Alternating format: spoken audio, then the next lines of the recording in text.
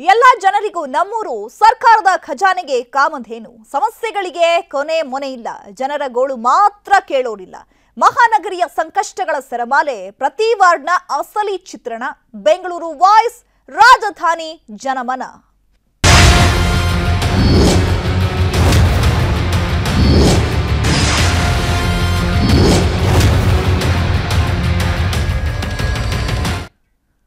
ವಸಂತನಗರದಲ್ಲಿ ಗೃಹಜ್ಯೋತಿ ಯೋಜನೆ ಸಮಸ್ಯೆ ಎದುರಾಗಿದೆ. ಉಚಿತ ಕರೆಂಟ್ ಯೋಜನೆ ಇದ್ರೂ ಇದರ ಲಾಭ ಸಿಗ್ತಾ ಇಲ್ಲ ಅಂತ ಆರೋಪಗಳು ಕೇಳಿ ಬರ್ತಾ ಇದೆ. ಹೊಸ ಮನೆ ಬಾಡಿಗೆದಾರರಿಗೆ ಯಾವುದೇ ರೀತಿಯಲ್ಲಿ ಪ್ರಯೋಜನ ಆಗ್ತಾ ಇಲ್ಲ ಈ ಉಚಿತ ಕರೆಂಟ್ ಯೋಜನೆ ಅನ್ನುವಂತಹ ಆರೋಪಗಳು ಕೇಳಿ ಬರ್ತಾ ಇದೆ. ಹೊಸ ಮನೆಗೆ ಬಾಡಿಗೆಗೆ ಹೋದ್ರೆ ಲಾಭ ಇಲ್ಲ, ವರ್ಗಾವಣೆ ಆದ್ರೆ ಫ್ರೀ ಕರೆಂಟ್ ಸ್ಕೀಮ್ ಸಿಗೋದಿಲ್ಲ. ಬೆಸ್ಕಾಂ ಕಚೇರಿಗೆ ಅಲೆದು ಸುಸ್ತಾಗಿದ್ದಾರೆ ಗ್ರಾಹಕರು.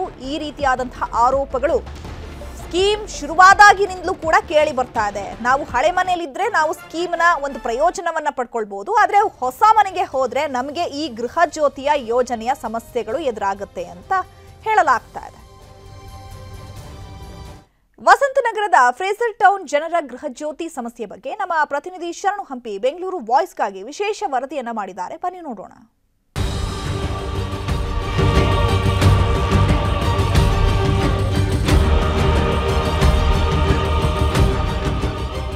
ರಾಜ್ಯ ಸರ್ಕಾರದ ಬಹಳ ಪ್ರಮುಖ ಮತ್ತು ಮಹತ್ವಾಕಾಂಕ್ಷಿ ಯೋಜನೆ ಅಂದ್ರೆ ಅದು ಗೃಹ ಜ್ಯೋತಿ ಸ್ಕೀಮ್.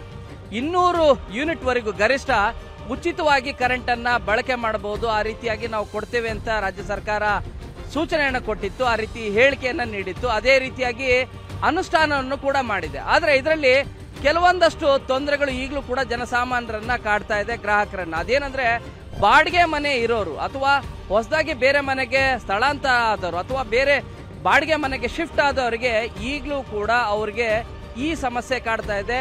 ಉಚಿತ ಕರೆಂಟ್ ಸ್ಕೀಮ್ ಇದ್ರೂ ಕೂಡ ಕರೆಂಟ್ ಅನ್ನ ಬಿಲ್ ಅನ್ನ ನಾವು ಕಟ್ಟಬೇಕಾದಂತ ಅನಿವಾರ್ಯತೆ ಇದೆ ಅಂತ ಹೇಳ್ತಾ ಇದ್ದಾರೆ. ಹಾಗಾದ್ರೆ ಬಾಡಿಗೆ ಮನೆಯಲ್ಲಿರುವಂತಹ ಜನರಿಗೆ ಮತ್ತು ಹೊಸದಾಗಿ ಬೇರೆ ಮನೆಗೆ ಶಿಫ್ಟ್ ಆಗುವಂತ ಜನರಿಗೆ ಏನೆಲ್ಲ ತೊಂದರೆಗಳಾಗ್ತಾ ಇದೆ, ಒಬ್ಬೊಬ್ಬರನ್ನೇ ಮಾತಾಡ್ಸ್ತಾ ಹೋಗೋಣ, ಏನ್ ಹೇಳ್ತಾರೆ ಅಂತ ಹೇಳಿ. ಸರ್, ಮೊದಲನೇದಾಗಿ ಬಾಡಿಗೆ ಮನೆಯಲ್ಲಿರೋರಿಗೆ ಗೃಹ ಜ್ಯೋತಿ ಸ್ಕೀಮ್ ಬಹಳ ಒಳ್ಳೆ ಸ್ಕೀಮ್, ಎಲ್ರಿಗೂ ಯೂಸ್ಫುಲ್ ಆಗ್ತಾ ಇದೆ. ಬಟ್ ಬಾಡಿಗೆ ಮನೆ ಏನಾದರೂ ಬೇರೆ ಕಡೆಗೆ ಶಿಫ್ಟ್ ಆದರೆ ಅವರಿಗೆ ಪರ್ಯಾಯ ಮಾರ್ಗಗಳು ಏನಾದರೂ ಸಿಗ್ತಾ ಇದ್ದಾವ? ಅವ್ರೇನು ಕರೆಂಟ್ ಬಿಲ್ ಕಟ್ತಾ ಇದ್ದಾರಾ? ನಿಮಗೆ ಆ ರೀತಿ ಏನಾದರೂ ಅನುಭವ ಆಗಿದೆಯಾ? ನನಗೆ ಬಹಳಷ್ಟು ಅನುಭವ ಆಗಿದೆ. ನನ್ನ ಹತ್ರ ಸುಮಾರು ಜನ ಬಂದು ಈ ಒಂದು ಬೇಡಿಕೆಯನ್ನು ಇಟ್ಟಿದ್ದಾರೆ. ಕೆಲವರು ಸುಮಾರು ಜನ ನಮ್ಮ ಬೆಂಗಳೂರಲ್ಲಿ, ಇಡೀ ಬೆಂಗಳೂರು ಸಿಟಿಯಲ್ಲಿ ಹಾಗೂ ಕರ್ನಾಟಕದಲ್ಲಿ ಸುಮಾರು 75% ಎಲ್ಲ ಬಾಡಿಗೆ ಮನೆಯಲ್ಲೇ ಇರೋರು. ತುಂಬ ನಮ್ಮ ದೀನ ದಲಿತರು, ಬಡ ಕುಟುಂಬದವರು ಎಲ್ಲ BPL ಹೋಲ್ಡರ್ಸು ಬಾಡಿಗೆ ಮನೆಯಲ್ಲೇ ಇರೋದು. ಅವ್ರು ಯಾವುದು ಸ್ವಂತ ಮನೆ ಇಲ್ಲ. ಇವತ್ತು ಇಲ್ಲಿದ್ದರೆ ನಾಳೆ ಇನ್ನೊಂದು ಕಡೆ ಇರ್ತಾರೆ. ಬಟ್ ಬೇರೆ ಕಡೆ ಶಿಫ್ಟ್ ಆದ್ರೂ ಅವ್ರಿಗೆ ಆ ಒಂದು ಸೌಲಭ್ಯಗಳನ್ನು ಅನುಭವಿಸೋಕ್ಕೆ ಆಗ್ತಾ ಇಲ್ಲ. ಸ್ಟಿಲ್ ಅವರು ಈಗಲೂ ಬಾಡಿಗೆ ಮನೇಲಿ ಇದ್ದುಕೊಂಡು ಕರೆಂಟ್ ಬಿಲ್ ಕಟ್ತಾ ಇದ್ದಾರೆ. ಅವರು ಈ BPL ಹೋಲ್ಡರ್ಸು ನಮ್ಮ ಲೋಕಲ್ ಕಚೇರಿಗಳಿಗೆ ತೊಗೊಂಡೋಗಿ ನಮಗೆ ಲಿಂಕ್ ಆಗ್ತಾ ಇಲ್ಲ, ನಮಗೆ ಆ ಒಂದು ಸೌಲಭ್ಯಗಳು ಸಿಗ್ತಾ ಇಲ್ಲ, ಅದು ದಯಮಾಡಿ ನಮಗೆ ಹೆಲ್ಪ್ ಮಾಡಿ ಅಂತ ಹೇಳ್ತಾ ಇದ್ದಾರೆ. ಇವ್ರನ್ನ ಅಲ್ಲಿ ಇಲ್ಲಿ ಪರದಾಡಕ್ಕೆ ಬಿಡ್ತಾ ಇದ್ದಾರೆ. ಬಿಟ್ಟರೆ ಅವ್ರಿಗೆ ಯಾವುದೋ ಒಂದು ನೀಡ್ಫುಲ್ ಮಾಡ್ತಾ ಇಲ್ಲ, ಆಗ್ತಾ ಇಲ್ಲ. ದಯವಿಟ್ಟು ನಾನು ಸರ್ಕಾರ ಗಮನಕ್ಕೆ ತರೋದು ಒಂದು, ಇದನ್ನು ನೀವೇ ಪರಿಗಣಿಸಿ ನಿಮ್ಮ ಸರ್ಕಾರದಲ್ಲಿರೋ ಅಫಿಷಿಯಲ್ಸ್ಗೆ ಇನಿಷಿಯೇಟ್ ಮಾಡಿ ಇಲ್ಲಿ ಬಳತಾ ಇರುವ ಬಡ ಕುಟುಂಬದವರಿಗೆ ಅವ್ರಿಗೆ ಯಾರ್ಯಾರಿಗೆ ಸಿಗ್ತಾ ಇಲ್ಲ ಆ ಸೌಲಭ್ಯಗಳನ್ನ ಅದನ್ನು ದಯವಿಟ್ಟು ಇನ್ಸ್ಟ್ರಕ್ಷನ್ಸ್ ಕೊಟ್ಟು ಅವ್ರನ್ನ ಈ ಪ್ರಾಬ್ಲಮ್ನ ಸಾಲ್ವ್ ಮಾಡಬೇಕಂತ ಕೇಳ್ಕೊತಾ ಇದ್ದೀನಿ. ಮನೆ ಸರ್, ತಮ್ಮದು ಸ್ವಂತ ಮನೆ ಇದೆಯಾ, ಬಾಡಿಗೆ ಮನೆ ಇದೆಯಾ? ಈ ಸಮಸ್ಯೆ ಏನಾದರೂ ಆಗ್ತಿದೆಯಾ? ನೀವು ಫ್ರೀ ಕರೆಂಟ್ ಯೂಸ್ ಮಾಡ್ತಿದ್ರೆ? ಸ್ವಂತ ಮನೆ ಇದೆ, ಬಾಡಿಗೆ ಬೇರೆ ಕ್ಲೈಂಟ್ ಇದ್ದಾರೆ, ಟೆನೆಂಟು. ಅವರು ಕೊಟ್ಟಿದೆ 2 months ಬಿಫೋರ್ ಖಾಲಿ ಮಾಡಿದ್ದಾರೆ. ಅವ್ರಿಗೆ ಏನು ಪ್ರಾಬ್ಲಮ್ ಆಗಿದೆ, ಈಗ ಅಡ್ರೆಸ್ ಚೇಂಜ್ ಮಾಡಿಕೊಂಡು ಆ ಬೆನಿಫಿಟ್ ಮತ್ತೆ ಅಡ್ರೆಸ್ಗೆ ಸಿಗ್ತಾ ಇಲ್ಲ, ಬೇರೆ ಅಡ್ರೆಸ್ಗೆ. ಇಲ್ಲಿರೋ ಬಾಡಿಗೆ ಮನೇಲಿ ಸಿಗ್ತಾ ಇತ್ತು, ಬೇರೆ ಬಾಡಿಗೆ ಸಿಗ್ತಾ ಇಲ್ಲ. ಅದಕ್ಕೆ ತಕ್ಕಂಗೆ ಅವ್ರಿಗೆ ಮೆಸೇಜ್ಗಳು ಯಾವುದೇ ರೀತಿಯಾದ ಮಾಹಿತಿ ಅವ್ರಿಗೆ ಇಲ್ಲ. ಯಾಕಂದರೆ ಅವರು ಔಟ್ ಆಫ್ ಸ್ಟೇಟಿಂದ ಬಂದಿದ್ದಾರೆ. ಈಗ ಕರ್ನಾಟಕಕ್ಕೆ ಎಲ್ಲ ಬಂದು ಒಂದು 15 ವರ್ಷ ಆಗಿದೆ. ತೊಂದರೆ ಏನಂದರೆ ಯಾರನ್ನು ಹೋಗಿ ನಾವು ಮೀಟ್ ಮಾಡಬೇಕು, ಹೆಂಗೆ ಮಾಡಿಸ್ಕೊಳ್ಬೇಕಂತ ಗೊತ್ತಿಲ್ಲ. ಈ RR ನಂಬರ್ ಅದು ಇದು ಹೇಳ್ತಾರೆ. ಜನರ ಸಮಸ್ಯೆಗೆ ಏನಂದರೆ, ಸಾಮಾನ್ಯ ಜನರಿಗೆ ಸಿಂಪಲ್ ನೀಟಾಗಿರಬೇಕು, ಗೊತ್ತಿರಬೇಕು. ಮಾಹಿತಿ ಎಲ್ಲರೂ ಗೊತ್ತಿದ್ರೆ ಎಲ್ಲರೂ ಮಾಡ್ಕೊಳ್ತಾರೆ. ಈಗ ಅದಕ್ಕಂತ ನಾವು ಕಚೇರಿಗಳಿಗೆ ಹೋಗಿ ದುಡ್ಕೊಂಡು ನಮ್ಮ ಕೂಲಿ ಕೆಲಸಗಳು ಬಿಟ್ಕೊಂಡು 6 ತಿಂಗಳು ಅದರ ಹಿಂದೆ ಜೊತೆನೇ ನಾವು ಸುತ್ಕೊಂಡು ಮಾಡಬೇಕು. ಅದೆಲ್ಲ ಕಷ್ಟಕರ ಆಗುತ್ತೆ. ಏನು ನಮಗೆ 200 ಯೂನಿಟ್ ಒಳಗಡೆ 130-120 ಯೂನಿಟೇ ಯೂಸ್ ಮಾಡೋದು. ಅದು ಈಗ ಸರ್ಕಾರ ಫೀ ಅಂತ ಹೇಳ್ಬಿಟ್ಟು ಈ ರೀತಿ ನಮ್ಗೆ ಸುತ್ತಿಸ್ಬಿಟ್ರೆ ತುಂಬ ಕಷ್ಟ ಆಗುತ್ತೆ, ಬಡವರಿಗೆ ತುಂಬ ಕಷ್ಟ ಆಗುತ್ತೆ. ಇನ್ನು ಕೆಲವರು ಮನೆ ಮಾಲೀಕರು ಹೇಳ್ತಾ ಇರೋದು, ನಾವು ಅವ್ರ ಹೆಸರಲ್ಲಿ ನೋಂದಣಿ ಆಗ್ಬಿಟ್ಟಿರುತ್ತೆ, RR ನಂಬರು, ಆಧಾರ್ ನಂಬರು ಕೂಡ. ಬಟ್ ಅವ್ರು ಇಂತಿಷ್ಟು ತಗೋತಾ ಇದ್ದಾರೆ ಅಂತ ಕೇಳ್ಪಟ್ಟೆ, ಹೌದಾ?